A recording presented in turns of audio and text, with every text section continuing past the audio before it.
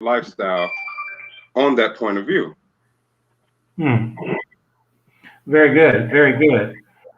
And so again, I think we're dealing with okay. We got over some connective issues. I apologize, everybody. This is my first time leading a show myself in a very long time. So welcome everyone to Nocturnal. This is Ringside presents Nocturnal. We are here, and this is an offset of the Ringside group. We're debating issues related to singlehood, dating, marriage, divorce, and sex. However, we're talking about it from an over sexualized commentary and additional mature point of view.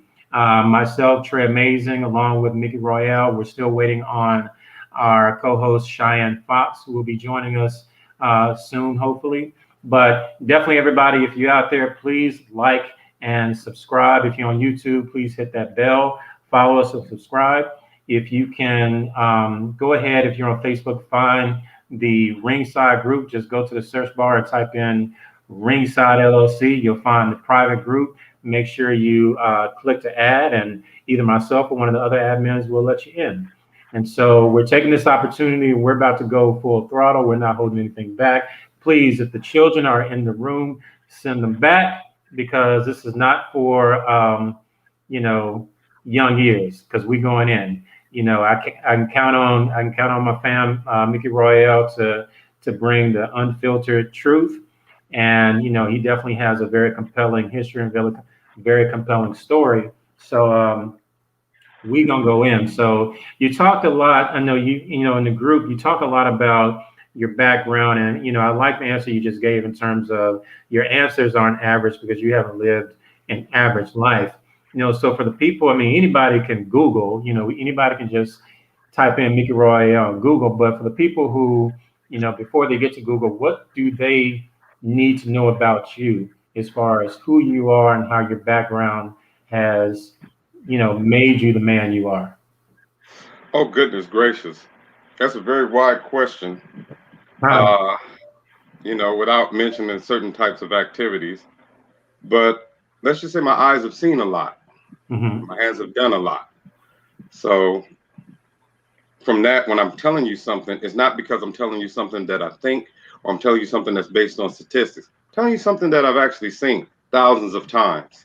You do something for almost 30 years, you kind of get good at it and you kind of observe a lot, and to the point where my statistics are actually based on actual fact. These are real stories, real events, and anything that you come encounter with or in contact with in your life is going to shape you one way to the left or to the right.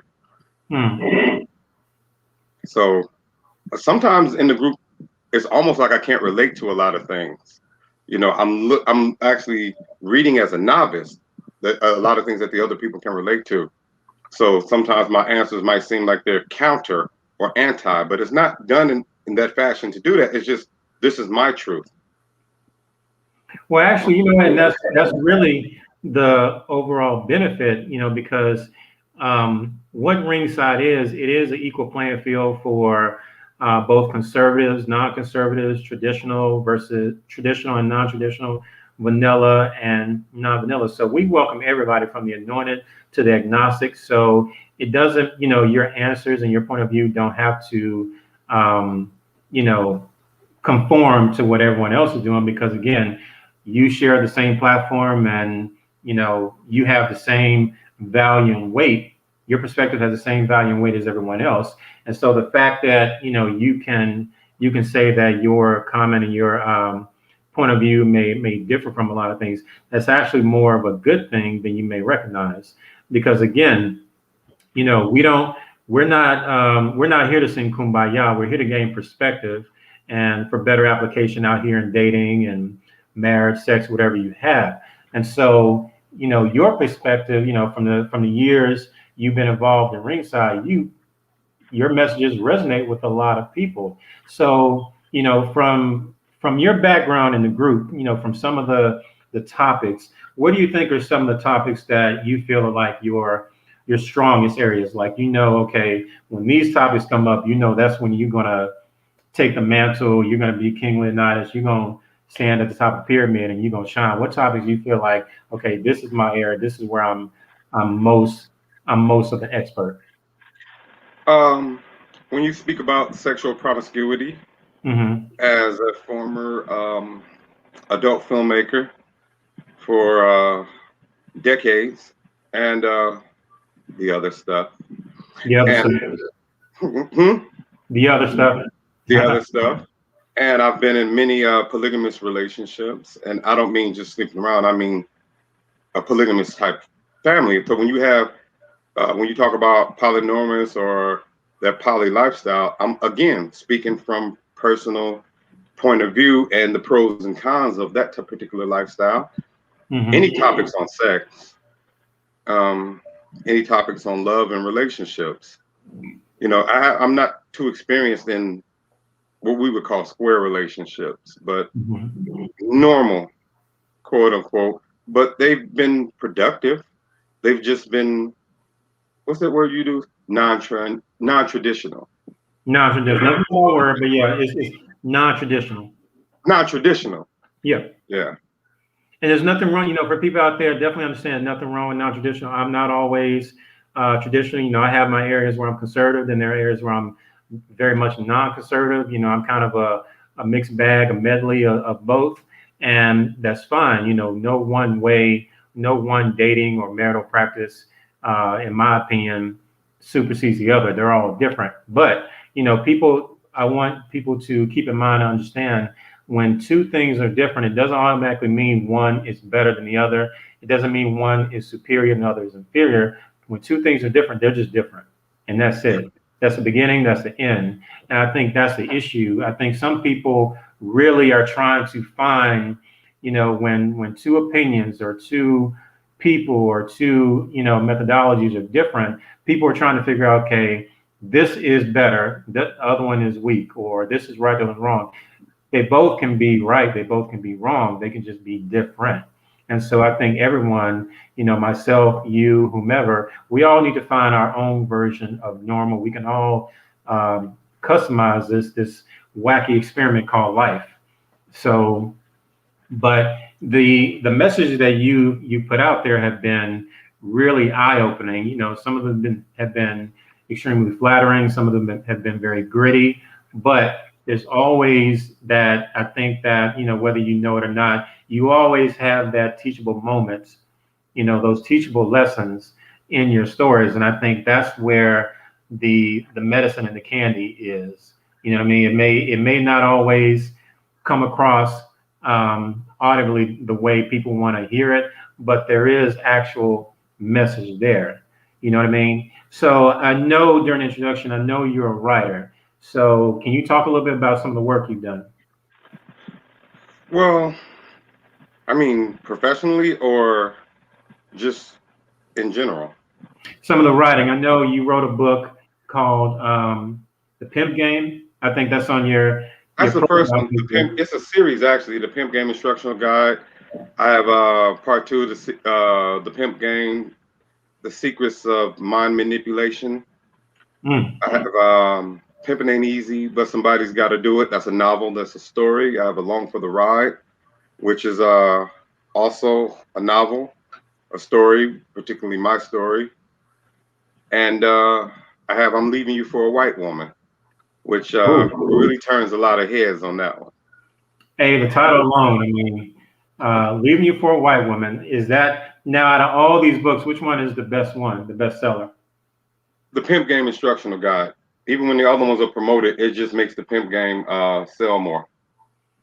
So, I mean, I'm not going to, reveal my age, but, I remember growing up and watching Pimps Up, Hoes Down and stuff like that. So, I mean, I have the images and the stories that I've seen on television as far as the pimping lifestyle and what was that show on HBO? Hunt's Point or something like Oh that. yeah. I remember that one. Hunts Yeah, Point. yeah, no, I definitely I remember watching Hookers at that the in high Point. school and college. Hookers on the Point. Yeah. Well, yeah, and so that's and of course what you hear in hip hop and pop culture, whatever. But what are some things? I mean, you talk about the pimp game. I mean, so much so where you decide to write a book, and of course the word pimp. evokes so many different emotions in people, depending on who the person is. But what are some things that you feel people misunderstand about that profession or that lifestyle? What are some things that you want to set the record straight on? Well, most of people's perceptions come from television. And I Hmm. remember in one interview, someone asked me, which movie or television program have you ever seen that's closest to the actual pimp lifestyle? I said, none of them. I said, they were fun to watch, and I watched them as entertainment, but none of them. Hmm. If you've ever been there, it's like a Vietnam veteran watching Rambo or First Blood and be like, is this really how it was in Vietnam? He's like, no, nothing like it. I mean, this is a glorified image of it, and it sells tickets, and that's the image we want to have. But if you talk to a veteran, he'll say, no, it was nothing like that.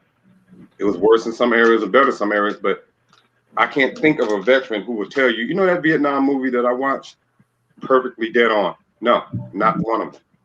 So Mm. a lot of people have preconceived notions, and in that book, I break down the psychology of it.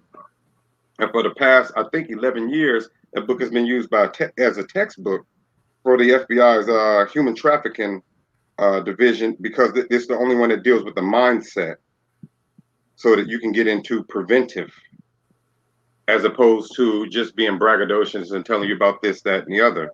Hmm. So it's a lot that goes into it. Psychological reconstruction of a human brain. Well, yeah. Where unnatural seems natural, and then you can shape an entire world around that unnatural ability that will almost become second nature. That's why I refer to it as the shadow world. The shadow work. I know you sent a while back, um, maybe almost 2 months ago. You sent me a link to a television series that's coming out that you're going to be featured in one of the episodes. What was it called? Trafficked or? Yeah, it was National Geographic's season 1, episode 5. I think it's already aired. It Mhm. has already aired. It was Trafficked with Marianne Van Zeller. Make sure y'all check that out. It's y'all, you heard it here. Come support my dude Mickey Royale. Check out the show. How did they get in contact you? How did they contact you for that? I remember you sent me the video, and you were, from what I remember the image. I remember it was you riding in the passenger side, Right. and the woman, the host, was driving. You were kind of expressing. You were telling her where the track was, um, where the women were, and some of the things they encounter on a nightly basis. So, how did you get involved in that? They reached out to you, or you reached out to them, or how did that work? Well, they came up with they were, I guess, going to the streets. I'm not sure, but what I hear from what she told me, she said we came up with two names. One was Iceberg Slims and one was yours. And she said we tried to contact him, but he's been dead since Yeah, 1990. And I said, yeah, that would make it difficult. yeah. It'd be So kind of that'd be a hell of a long distance phone call. yeah, Um, I'm not in so the game, but I do know he was. I know he's been dead for quite a while. okay, So, but no, I know that many books have been written about Iceberg Slim, and I haven't read any. I haven't read that much about his background, but the little bit I did read, I was like, wow, this was, if there was a such thing as a PhD in pimping, um, that would be it. And so, but I do remember now, I'm gonna catch a show, but as far as the lifestyle, I mean, of course, just like we talked about, Hollywood has glamorized it, and Hollywood is, um, just put their own spin on it. Are there any parts of that lifestyle you miss, or any parts that you feel like, this isn't for me anymore due to experience, age, or I'm not trying to put you out there, but again, this is this is the late night show, so more mature audiences only. We want to give them, we got to give them the content that we can't give them in the group. In the group we can be we have to be a little restricted and a little censored, but here we uncensored. But are there any parts of that lifestyle that you definitely like? Okay, this was it. This is me. And then on the flip side, are there any parts where like what? I'm getting too old for this shit. well, I'm only 48. I know it's Look, hard to believe, I know. Hey, we got but we got good genes in this family. I feel yeah, you. I started early. Hmm. But do I miss it? All of it, every day, all of it. The power, the freedom, mostly. to live life on my terms the way I wanted to. And when people think of the pimp game or the lifestyle, there's different levels to that lifestyle. You know, I tell people when they say, "Oh, you used to be a boxer," I said, "No, I boxed. Mike Tyson was a boxer. He was at MGM Grand. I was at Broadway Gym. Way big difference between those two. You know, most I ever went was 5 rounds." I said, "So no, you can't put me in the class of Evander Holyfield or Mike Tyson just because I laced up gloves. Yet technically, I was a boxer, yeah, by definition. But when you think of boxer, you may think of Muhammad Ali. So you see the guy coming from the gym, be like, oh, you're a boxer like Muhammad Ali. Not even close. You can't put those two in the same category, even though they're a part of the same field. You know what I mean? I mean, the CNA is in the medical field. So is a brain surgeon. But they are not the same. They don't do the same job. They don't have the same skill level. They don't have the same level of education. But when every time someone wants to interview or talk about quote unquote pimping, and I don't even like the P word like that. What do you instead of the P word, what do you use? I say gentleman of leisure. I say on my business cards, I remember this was over 20 years ago, it would say adult entertainment manager. Because I would describe it as I manage adult entertainers. You have to forgive me. Some words are hard for me to pronounce because I can't feel anything from here down. Oh, okay. You know, an encounter with a group that didn't like me. So I had like 4 stitches right here, 11 inside my mouth, and I had to have my mouth redone. So some words I just can't pronounce anymore. I know what the words are, but I can't feel anything right here. So I can't form my words sometimes. Well, but yeah, you're pretty articulate right now, so it's all good. What you say? Yeah, I say you're pretty articulate right now, so it's all good. So, you know, when they think of pimp, they think of some guy in some, you know, funny suit, loud, standing on some corner. The only reason they're on the corner is for them to be seen. So, you know, what I was doing, I only did that for a few years, and then I got what I used to call houses, but I later started calling them stores. And that's what they were to me. They were stores. You rent a house, it has 4 bedrooms, you have 5 ladies in each room. I mean, not in each room, in each house. Well, next thing you know, you got 3, 4, 5. Hey, Cheyanne. Hey, sorry guys. I see you finally decided to join us. It's all good. Forgive me. I had a few fires to put out. It's all good. That's how you make an entrance. Is this? I guess that's what we call. I'm sorry, you said? I said that's what we call fast and relief. Uh-oh. No, that's I'll ask you later. That's related. No, it's all good. No, I was just really downloading. So I want to give you the opportunity to talk about your. You've been in ringside for a while. It's hectic. Get in this chair. I'll tell you all about it. But explain to people how long you've been in ringside and what you feel your biggest contributions are. Can I get situated and can I pass that on to our dear friend here, the great Mesmer? That's what she called. Yes. Well, he is a god of such. Okay. Well, please. I think she joined the group before I did. You know? Yeah.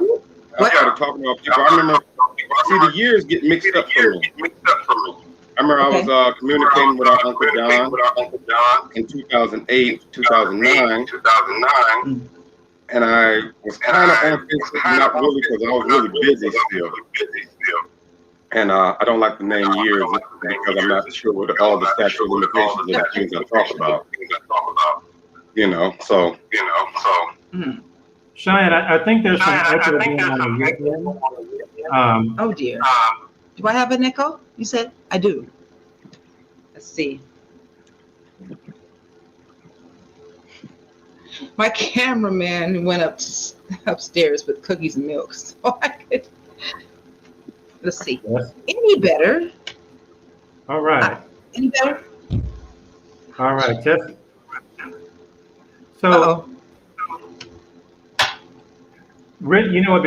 Before I lose my train of thought, Mickey, I wanted to ask you this last question because it was on my mind right when Cheyanne entered the studio. It's 2021, and I know pimping has been around for hundreds and hundreds of years. I don't know who the first pimp was. I don't know his name or her name. I know it's been around, but in 2021, with social media going on, how do you feel like social media and this new age, how's it affected pimping? Well, it's glamorized to the point where, and also the culture, what I call the thought culture.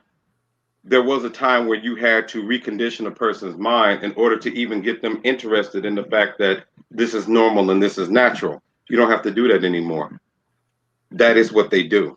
16, there weren't 16-year-old girls twerking when I was 16. I would have found them.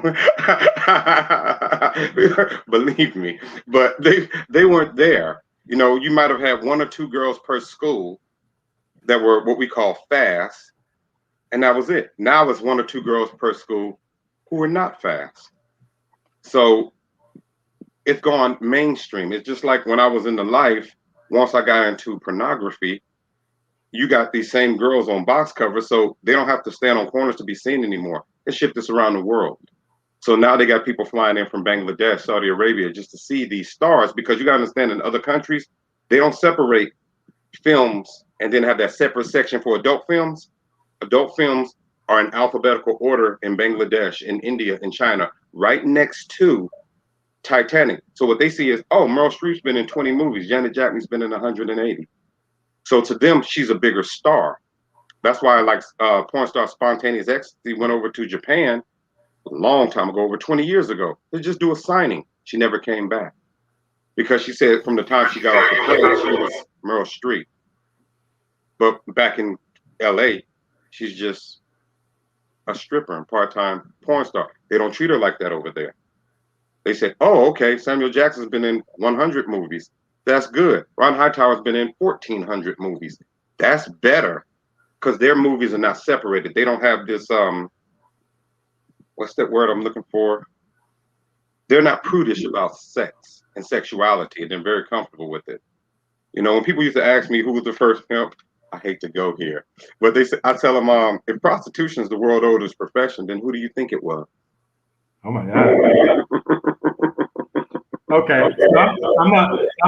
Hey, I like that answer. I definitely like that answer. I appreciate that. I'm gonna switch it over to Cheyanne real quick. So Cheyanne, and I'm on mute. You had a little echo, so I had to mute you, but I'm on mute you for your response. So similar question. We were talking about pimping and pornography, and I really want the viewers and the listeners to get your perspective. In 2021, social media, everything, everybody is on social media. Everybody has an OnlyFans account.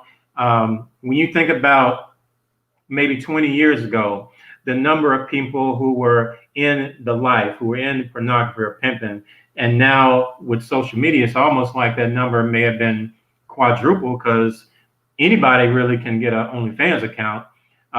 Anybody can get on Twitter or Tumblr. So in your opinion, from your observation, what do you see are the biggest differences in 2021?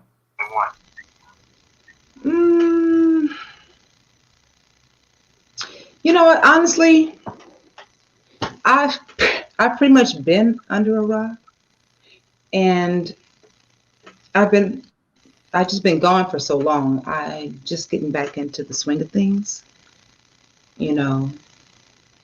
So I don't really have a take on that right now. I don't have a take on that. Okay. That's fair. That's definitely fair. I have to ask because with everything now, with the new generation, I mean, it brings about new innovation across the board. And, we talk about, we can talk about the life or, the lifestyle. And, Mickey, feel free to chime in. I always, you're always wondering about how technology affects things, or how, these new the new generation is adapting, or no, I'm saying how previous generations are now adapting to state of affairs and brand new culture, a brand new way of life.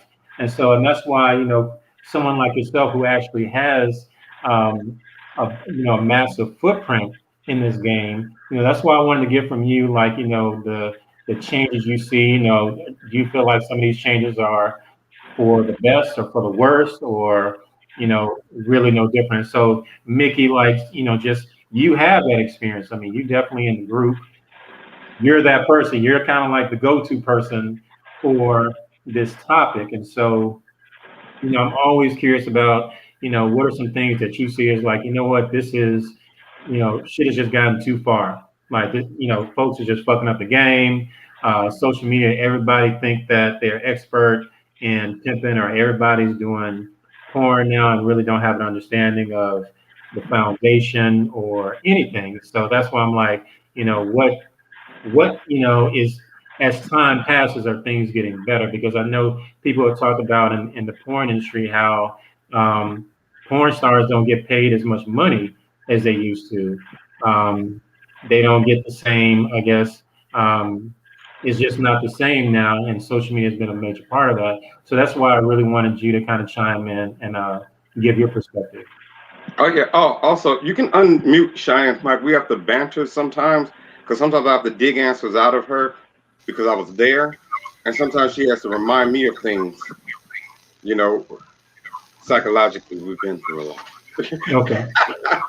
So sometimes she'll have to I remind me. apologize. I got a lot going on right now. I have a whole lot going on, and I'm here with you guys, but it's just, I'm dealing with so much You can dig it. I'm just glad behind you're healthy. things. But So yeah, much. so a lot of things have changed as far as any game, social media, the internet has changed any game. There is no more porn industry anymore. There's just streamers. There was a time where we made movies. You had distributors, you had wholesalers, you had retailers, you had production houses. You're talking about tens of thousands of people have gone out of business because no one's going to buy something they can get for free. And there was a mystique about it. There was a taboo about it. There was a time where, especially during the 80s, you only had, you ever notice in the 80s, well, you probably wasn't around there, but Well, you know my age, but I was around. I mean, I wasn't grown in the '80s, but I was definitely around. but you would get a tape, and maybe it might be two females per tape. It might be one woman in 3 scenes, the other woman in 2 scenes. You might have a girl and girl at the end. That's because there was only a handful of people doing this.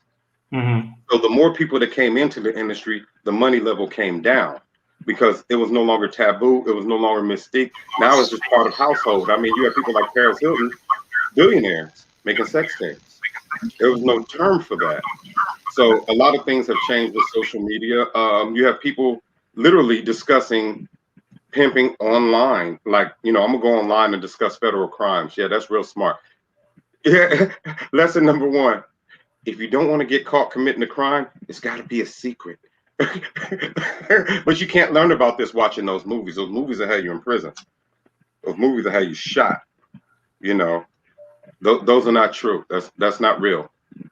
No, I definitely, to your point, and Cheyanne can chime in, kind of like what you said. I watch porn. I have some of my favorite porn stars, and the women that I really, I look for kind of on a normal basis. However, even though I watch, on present day, I still watch porn. If you ask me when was the last time I bought a porn DVD, maybe 21, 22 years ago, maybe. I just don't, because you're right, because like what Mickey said, I think it's a damn near anomaly. Like, who buys porn? Like, I don't really know anybody. I know plenty of people who watch it. I don't know anybody who actually goes to the store and actually picks up a porn DVD, takes it to the counter and say, I want this porn, pull out a debit or a credit card and buys it. Cheyanne? Somebody's buying it. What did your uncle say? Somebody's buying it other than him. I mean, come on.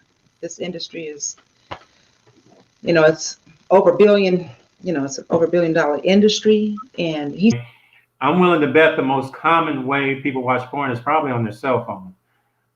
I don't know that firsthand. I didn't do a study or anything, but I'm pretty sure if I were a gambling man, I would say the average person that watches porn, they're more than likely watching it on their cell phone. And I'm like, what?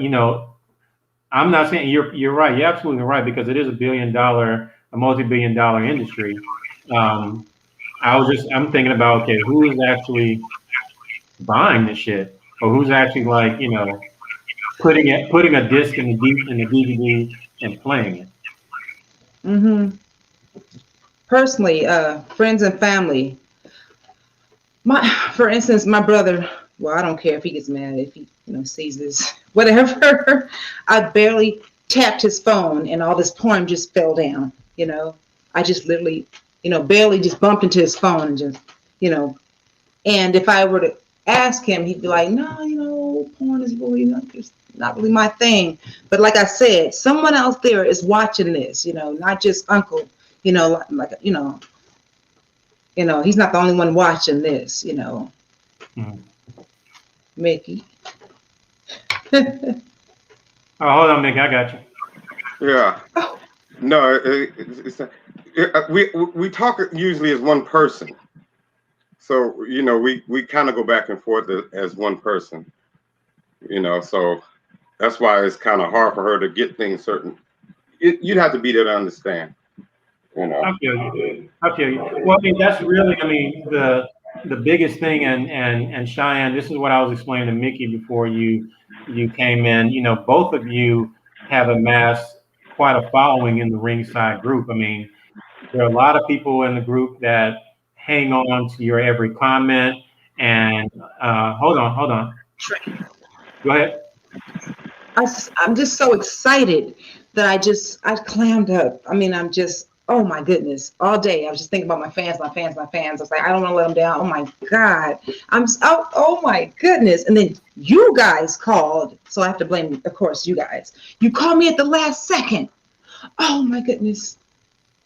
So I have to blame you for me being late. So they kind of threw me off, Ooh. I'll take that. But when it's all said and done, your value definitely is predicated in the fact that people see value in the things you say. The life lessons that you've experienced, that you talk about in the group. There are people in the group who really are paying attention and really, I have no doubt that you guys have met a lot of people as far as, Facebook friends and people who, your story can be seen as motivation. Your story can be seen as inspiration. And quite frankly, a lot of the things you guys say are entertaining, but it provides so much perspective. So, just like, we talked about, Mickey and I were talking about earlier, his background and some of the things he's gone through. And really quickly, before I forget, you are a writer. Can you briefly tell people some of the books you have out and where they can purchase them? Okay, well, Uninhibited, it's a cuckold story. And all of my books basically right now are blanketed under Uninhibited. And the first one, like I said, it's a cuckold conspiracy. And I need you guys to, check that out so that, we could have a reading. I'll sit down, I'll have a reading, and it'll get pretty steamy. All right. But we're going to do that one of these episodes. Absolutely. I just, I got a lot of stuff going on right now, and you guys know, if you know me, if you're true fans, you know a lot of what I'm dealing with. And I don't like to come off ingenuous.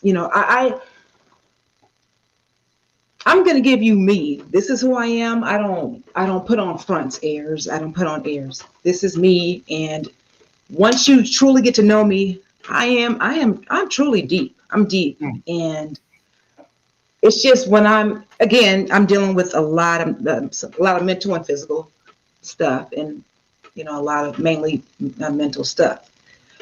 And I'm strong. It's a battle, and it's like I'm dealing with the traumatic brain injury as well. So it's like, there's days it's like, come on, and I'm highly articulate, and then there's days where I'm just like, yeah, you know.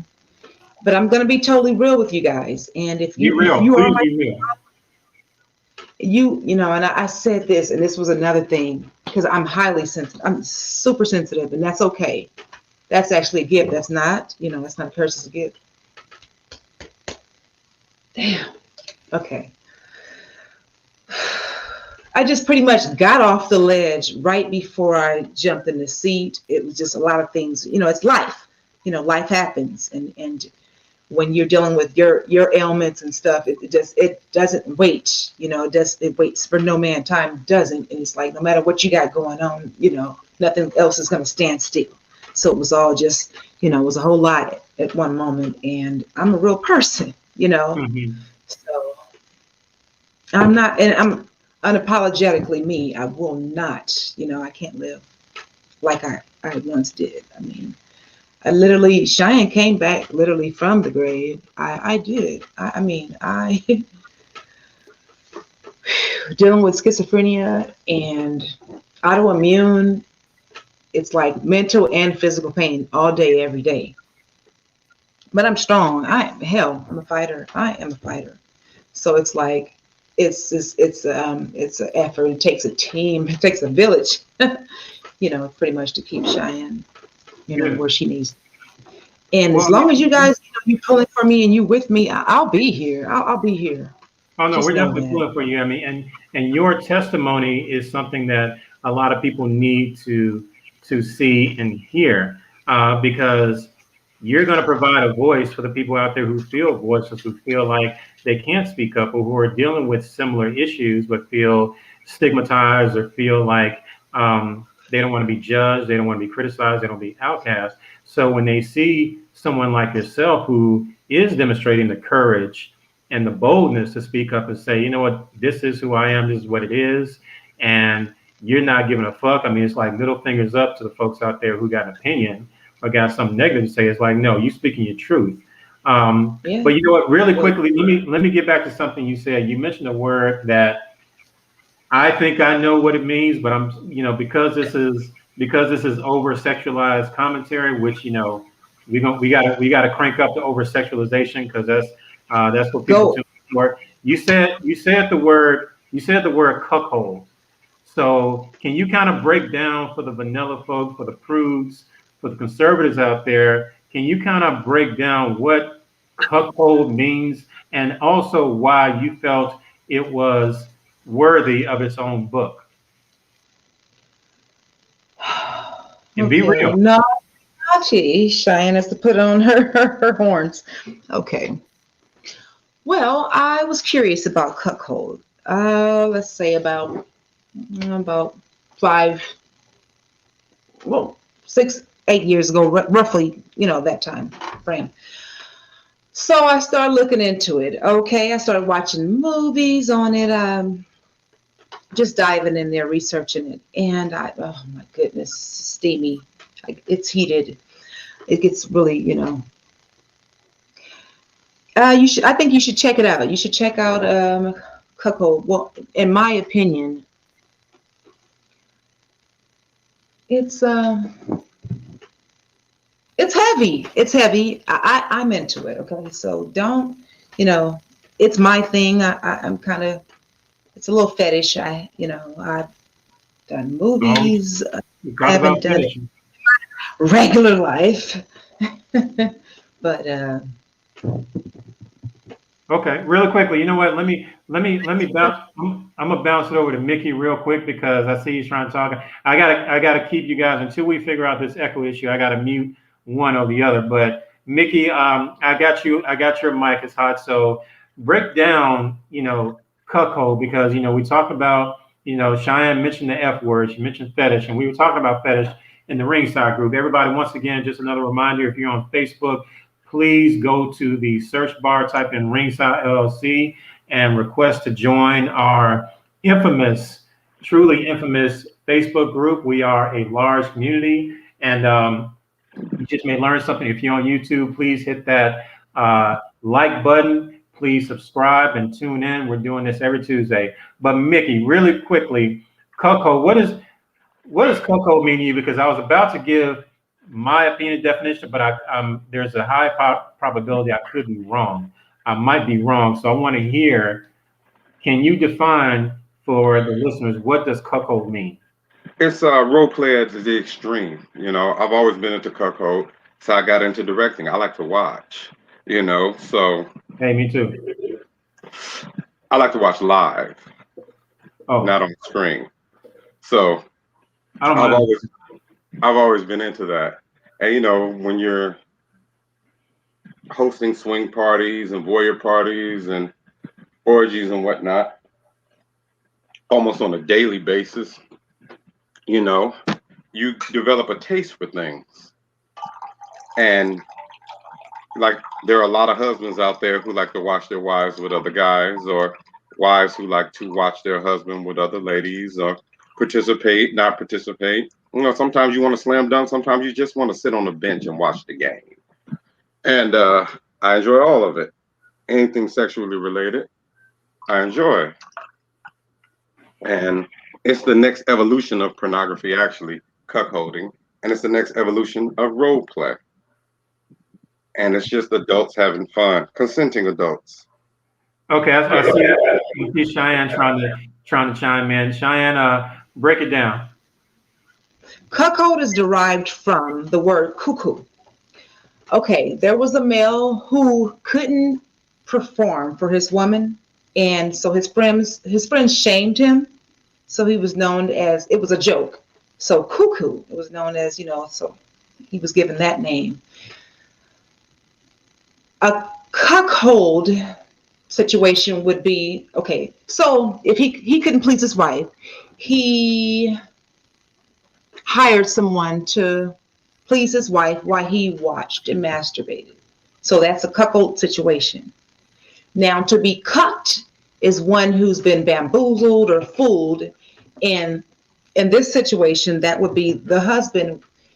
He's sort of ridiculed, so he would be the cuck. You know what I'm saying? He'd be the cuck. So, quick question. So, the ridicule, is that part of the turn on for him? Or is that just basically in the term, and the fact that he felt inadequate, and to be teased of, you know, for that, or just to feel inadequate within himself, and not saying he had to share this with anyone, just to feel shame about it. He feels, you know, so he's cucked. You know, he's, in other words, like fucked. But yeah, that's in that sense. Yeah, so he's, yeah, that's would be that. And the act of cuckold, not cuckold, but that's the way that comes out, cuckold. I knew I was probably pronouncing it wrong. You know, I want to make sure I'm on my P's and Q's when I'm saying certain words. So if I mispronounce it, if I don't say it correctly, please correct me. But I've heard that term before, and yeah, I've seen a few porn videos where it's, you know, one popular one, of course.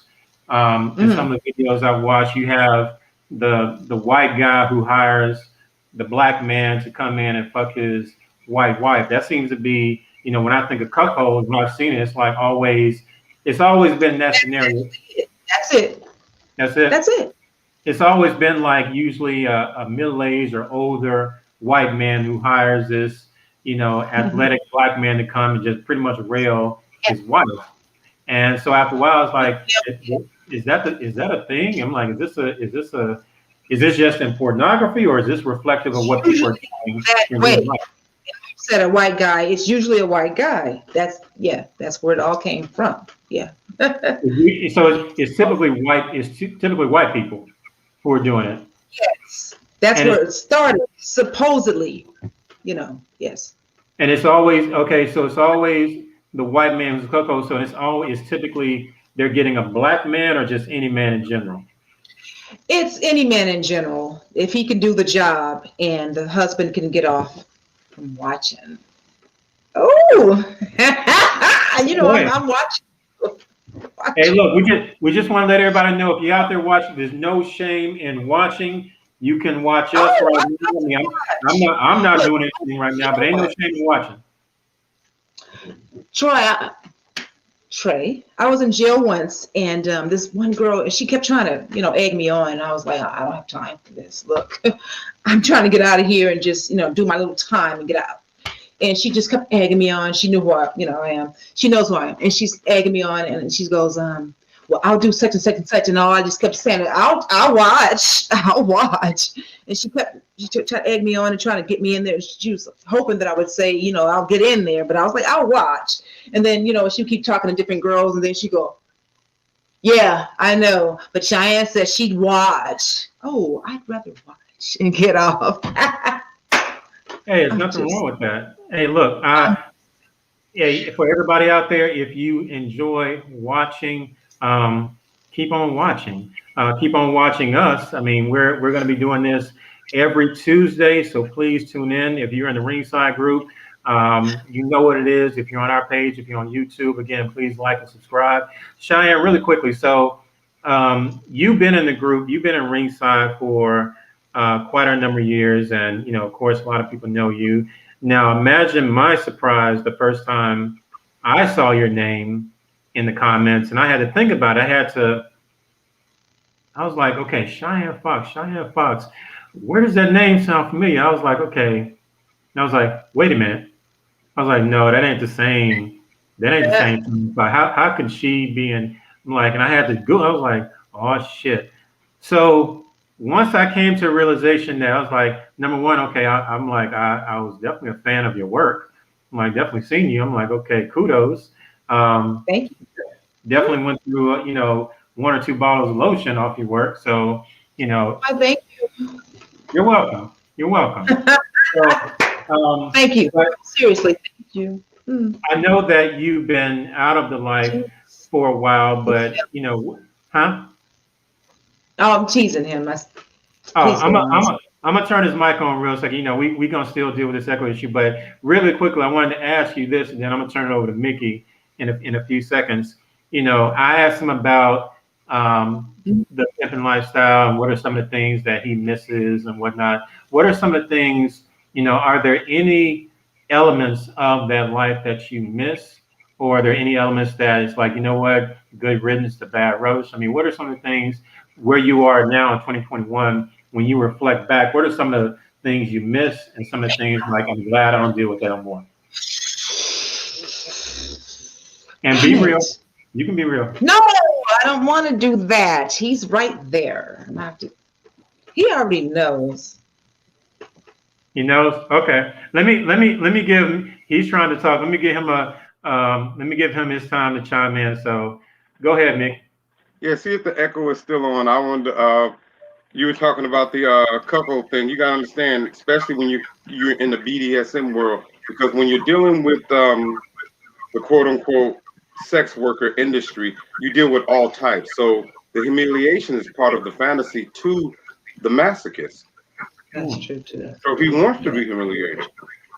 Mm-hmm. That's very interesting. That's part of the way he gets off. Or she. I've only seen it again. Kind of like what you mentioned earlier about how Hollywood depicts, this. I've seen that. You see the images of people who actually pay a lot of money to a professional to humiliate them or to embarrass them, and I'm like, so you mean to tell me you got these professional or whatever men? You got these, some of these guys would be like high-powered professionals, and they would go and pay hundreds of dollars just to be humiliated or just to be degraded. And I was like, huh? Sometimes thousands. That's the way they get excited. They get excited from just getting completely degraded. And I'm like, that's a real fetish, right? Yeah. Oh, that's an extreme fetish. It's right up under foot fetish. Foot fetish is number one, and BDSM is number two. Bondage, domination, sadomasochism. The police may come in and say, you had this woman tied up. You were whipping her. I said, that's what you saw. But what you didn't see was she made an appointment and paid me for it. She paid me to do this because that's the way she gets off.